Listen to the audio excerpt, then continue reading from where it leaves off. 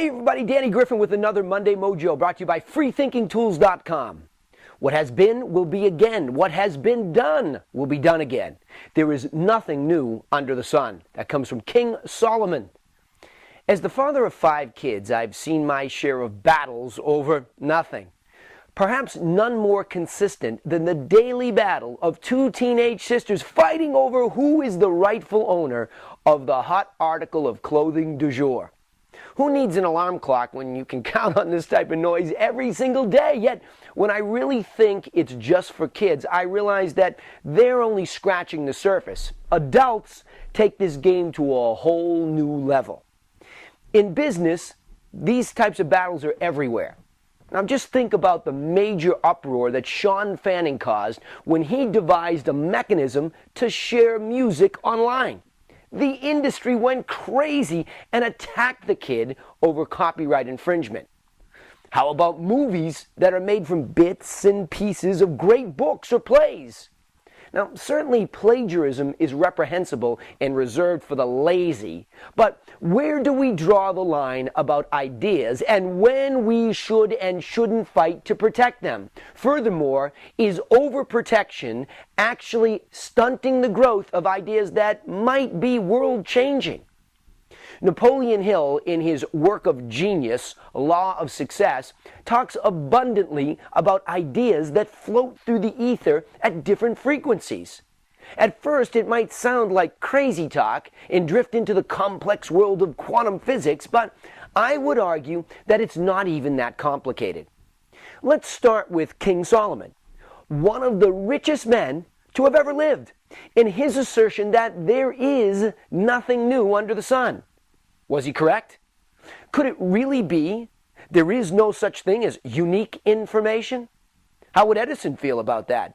I mean, he's credited with an enormous amount of discovery that revolutionized the world.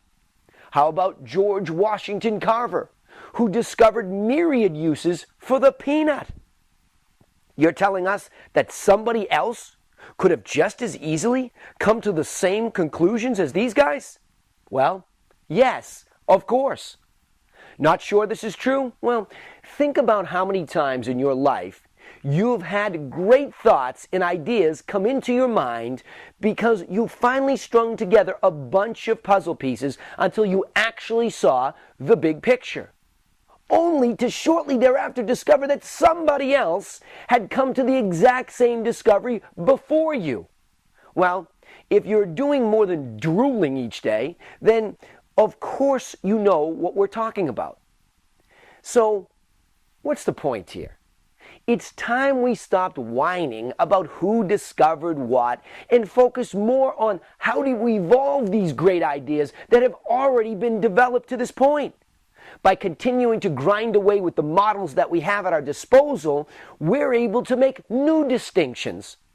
When you research the great inventors like Edison, you'll find that he was actually building upon what had already been created. He had a massive team working long hours, taking existing discoveries by others, and pushing the limits even further until he made little distinctions that tipped the work up to a whole new level of usefulness. Therefore, the challenge is to consider that the human need to feel significant and contribute so that we find love and connection might just in fact be fueling our insecurity. You see, if you're worried that your great ideas won't get heard, then the first thing you'll be compelled to do is rip apart the achievement of anybody else. Over the course of a lifetime, this only slows down progress and tosses you into your own self-dug pit of disparity. So, start celebrating the success of others and help everybody move the ball forward, because that might just become your greatest contribution yet. Hey, I'm Danny Griffin with another Monday Mojo brought to you by freethinkingtools.com, reminding you please think and thrive. If you like these, comment here and share them with your friends and family. And I will see you next time. Go get 'em.